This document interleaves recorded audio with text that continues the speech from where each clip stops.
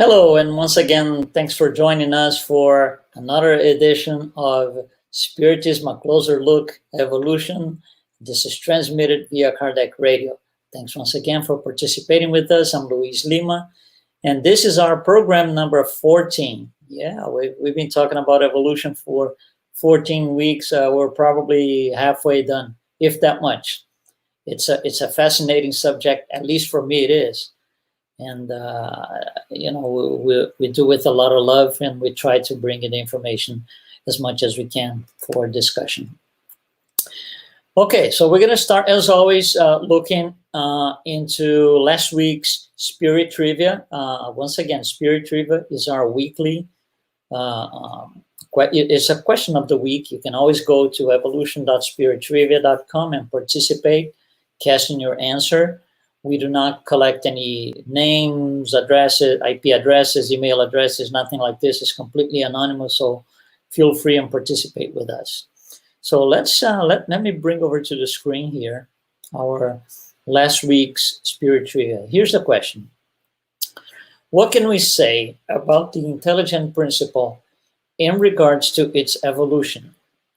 First option, the intelligent principle emerges with the animal kingdom. That is not correct, because there is intelligent principle in the plants kingdom.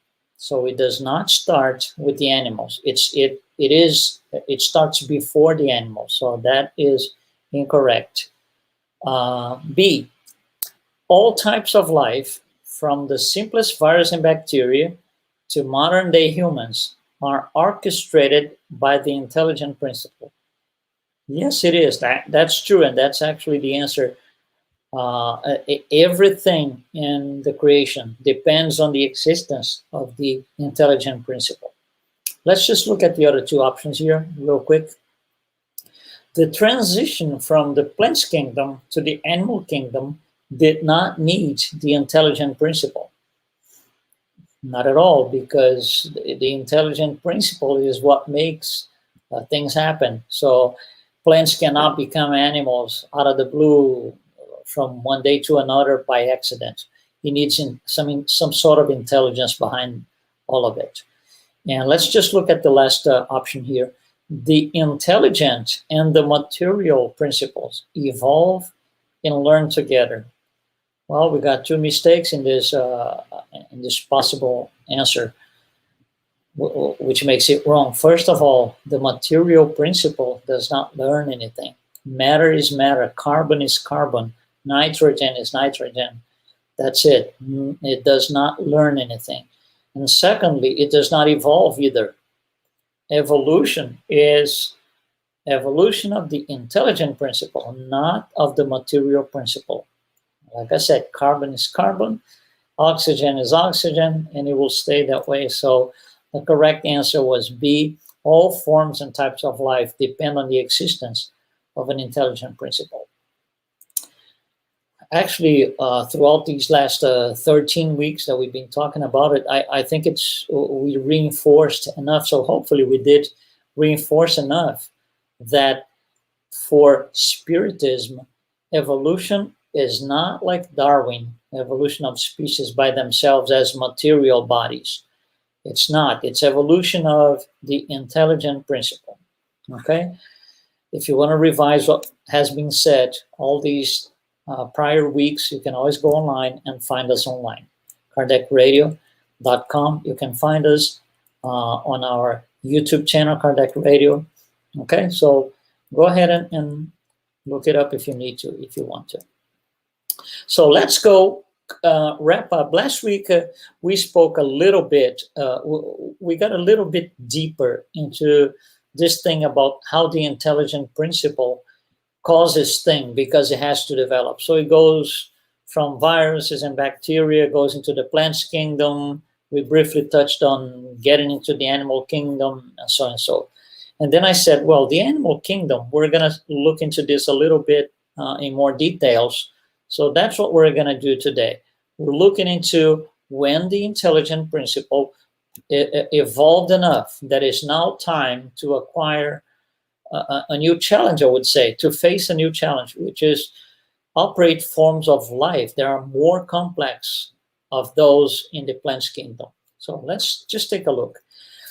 So the first thing I need to call the attention for is something that Allan Kardec, of course, under the guidance of the spirits, he wrote in the Genesis book. I'm not really a fan of putting text to analyze on the screen, but I think this is important. So let's read it together and let's see what we make out of this thing. Here's what it says. There is no clearly marked out delimitation between the plant and the animal kingdom. So I mean, it's not a black and white thing. There is some gray area. That's what he's saying so far. Outside the confines of the two kingdoms are the zoophytes, or animal plants, whose name indicates that they have a little of each. So a little of animal, a little of plant. It represents the link between both. So I'm going to continue here. So, okay, so these zoophytes or animal plants are in the boundary. They are a little bit of each, okay? Like animals, plants are born, live, grow, draw nourishment, breathe, reproduce, and die. So plants do all of that, right? Animals do too. The zoophyte, which is in the boundary, has the outward appearance of a plant. So visual appearance of a plant. Like the plant, it is attached to the soil, like all plants. Like the animal, life in it is more accentuated. It draws the nourishment from the ambient environment. So here's a subtle difference that he's bringing to us. Plants get their nutrition because they are attached to the soil. They draw the nutrients they need from the soil. Animals do not depend on the soil. They are out of the water, some of them. They are out seeking for nourishment. They don't have to tap into the soil per se to get their nutrients, okay? So it's a little different, a little more, the dynamics of the nutrition are different for plants and animals. And here Kardec wraps up saying, like animals, so he's talking about the zoophytes, okay? Like animals, they need light, warmth, and water to live. If they're deprived of these elements, they languish and die, of course. The absorption of noxious air and deleterious substances poisons them, okay? Their most distinctive characteristic is that they are bound to the soil and extract their nutrition from it without moving about. So here's the difference. Plants are attached to the soil. They get their nutrients without moving. They don't need to move to go from one place to another. Animals are different. They need to move. They are free to move and get their nutrients and go on with their lives. Okay, so that's an interesting point because we are starting to talk about animals. So I wanted to make clear that we understand the boundaries between the two ones. Let me just give you this. The word zoophyte is no longer used in science. It's been abolished from modern science. The book of Genesis was written in 1868, was published in 1868. And there are several reasons why this animal or animal-like or animal plant is no longer considered in the boundary. With science, with research and more knowledge of life and in general, with better equipment, microscopes, and so we decided academic science decided to abolish the name zoophyte. It's no longer used in science. So let's go to the early forms or primary forms of animals. The first one that we're going to talk about, you see, we're not talking about, we're not going to do a deep study of animals and anything like this. we have to make sure what we are studying here is the intelligent principle. So everything that we're going to say here is very beautiful, very interesting, but it's not something, a zoology. It's nothing like this. It's the intelligent principle. Okay, so the first one, the most simplest forms are the amoeba, as an example. Those are animals that have one cell, only one cell, unicellular, but inside the cell there are organelles. There is some organization. There are organelles. We can understand the word organelles as very tiny, tiny, tiny organs. For example, we have a digestive system, we humans. We have a respiratory system, and so you take this, make them infinitesimal. That's what an organelle is. Okay, these animals, the amoeba, they have all of that. And so they are the first attempt of delineating the four basic functions of higher animals. And these are the functions you see here on your screen: locomotion, feeding, expression, and reproduction. So this is the very basic. Then from here, we go up one level to the sponges. And they bring something more than the previous one. Okay, as we go along, we get more stuff, and that's the idea behind today's meeting here. So the sponges, they add something to whatever was already existing.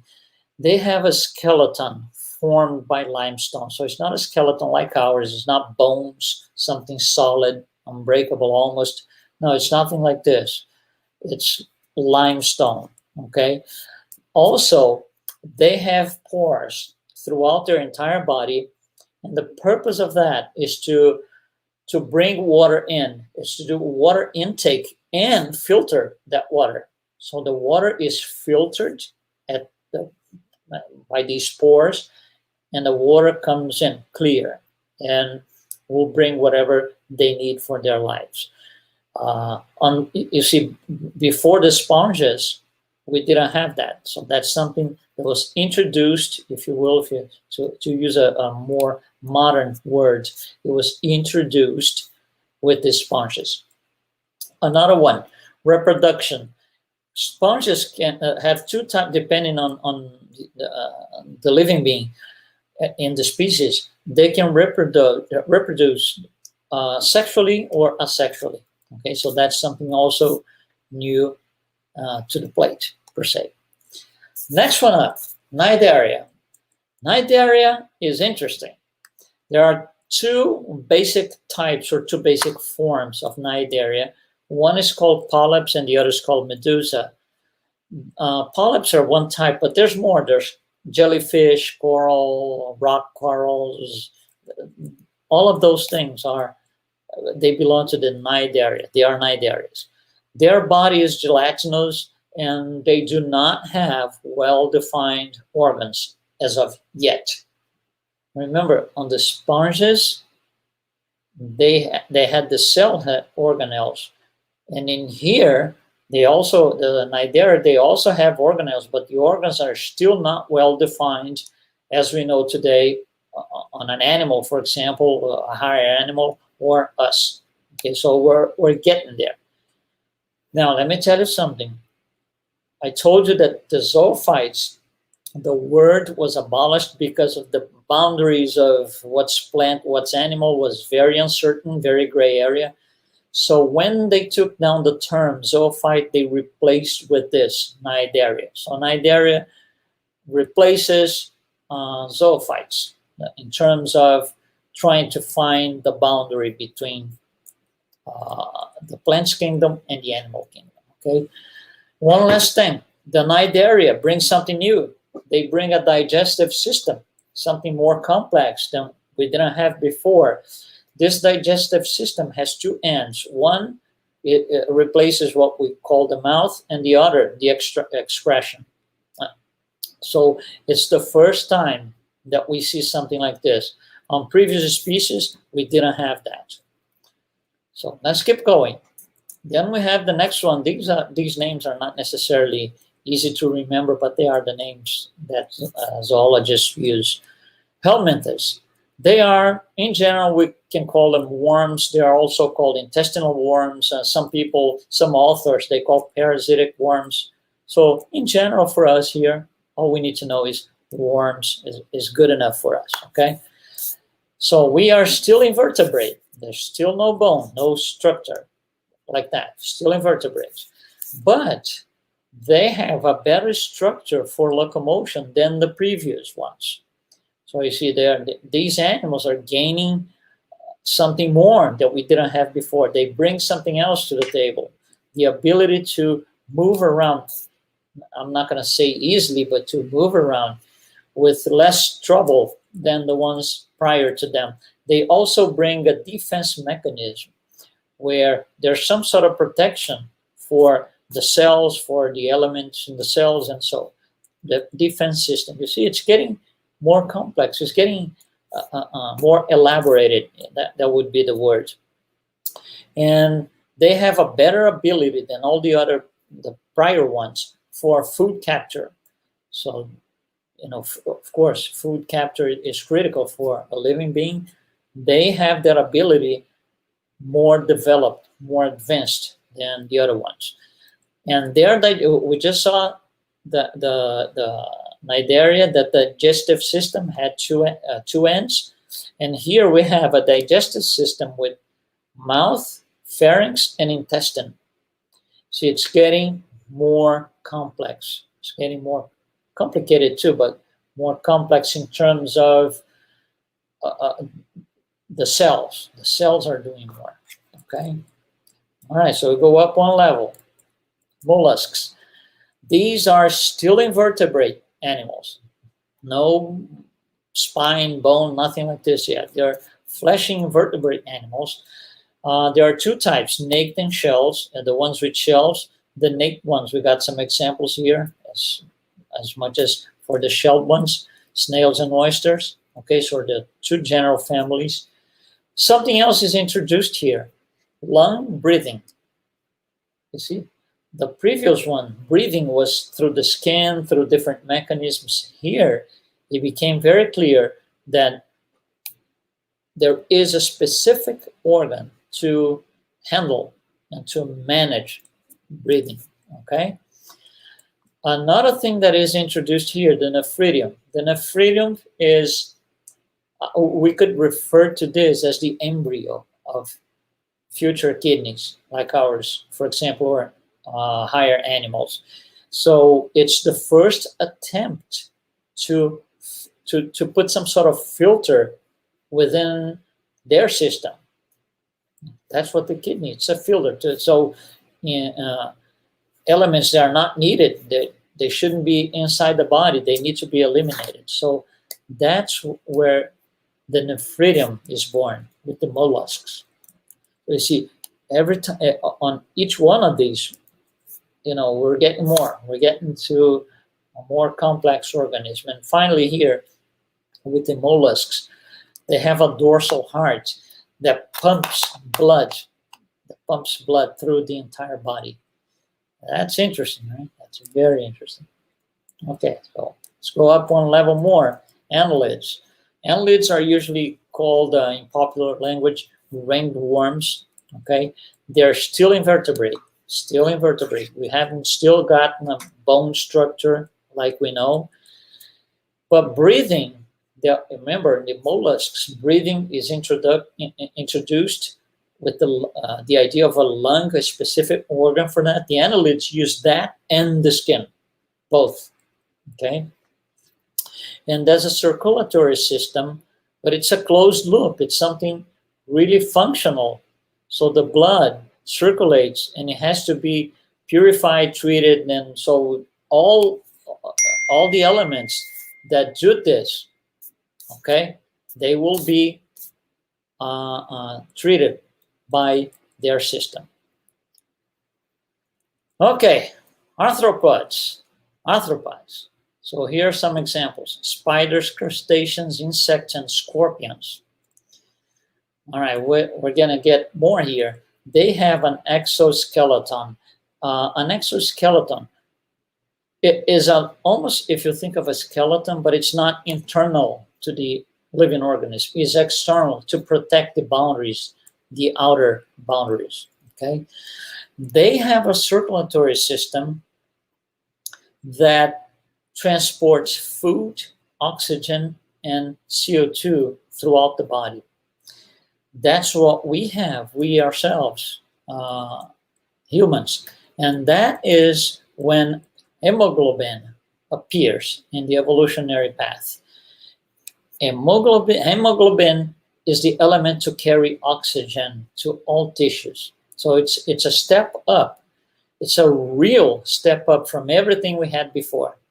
And that comes with the arthropods. Okay, let's go one level up. Chordates. Finally, we get to the vertebrates. So here they are, vertebrates. So there is a bone structure with the intent of protection and support of the body. And that comes with the chordates. And from here, we're going to have a sequence of different animals. We're not going to speak about all of them because, for Spiritists, for us, we just need to understand what the intelligent principle is doing. So the fishes are the first one that we're going to mention here. And they breathe using a different method than prior animals. They had, prior to this, it was a combination of lungs and skin. These animals here, the fishes, they use something different. It's a different method. They use the gills. And with the fishes appears a different organ that we didn't have before, pineal gland, which for us Spiritists, it becomes a huge, long study in itself, which we're going to address after we finish evolution. Okay, but pineal gland starts with the fishes and it goes through all the other families, amphibians, reptiles, birds, and mammals. So we're not going to detail much on the other species, reptiles, birds, and mammals, because we already saw that the idea here was to take a good look, an overview of how the intelligent principle is developing itself.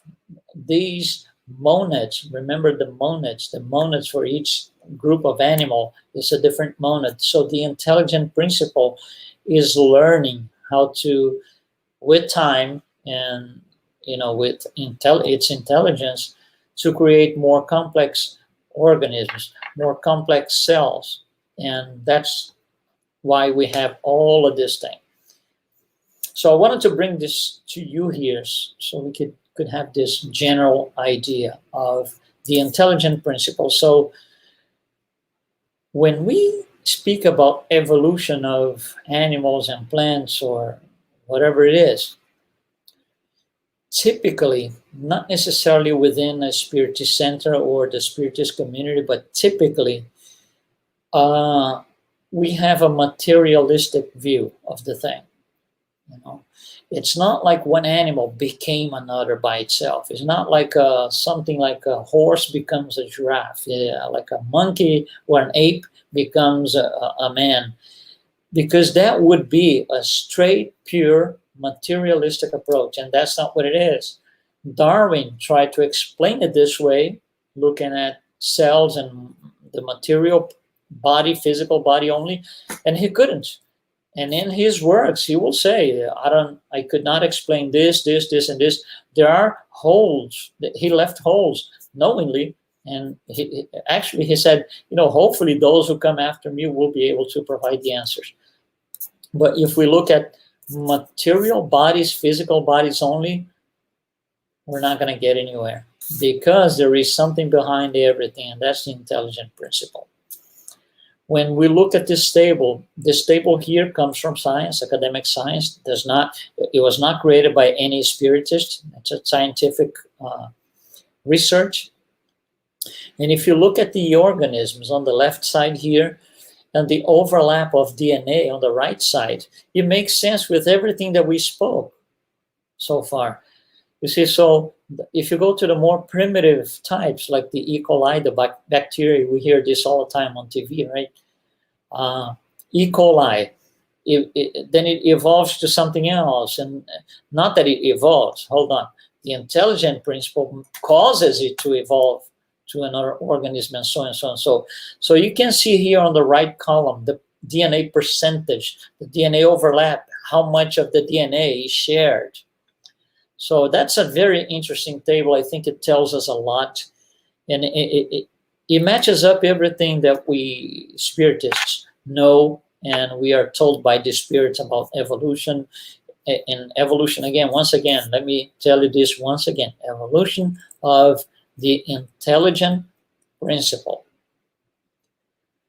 Well, hopefully you're gonna be, you like what we've spoke so far, okay? Hopefully you're gonna be with us.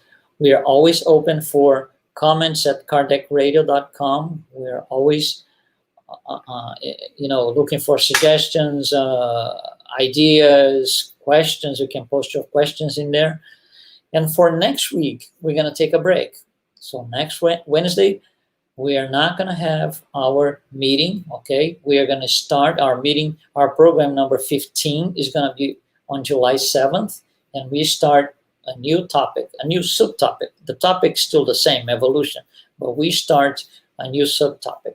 So tonight, because we're kind of ending this module, we're not going to have our spirit trivia. Okay, so when we come back next week, then not next week, 2 weeks from today, then yes, we're going to go back to our spirit trivia, and we still have to talk about a lot of things, about the evolution of the brain, evolution of religious thought, the evolution, reincarnation, progress, and it goes on and on and on and on. So thank you so much for participating with us. I appreciate your comments, if you will, and I'll see you next time. Thank you.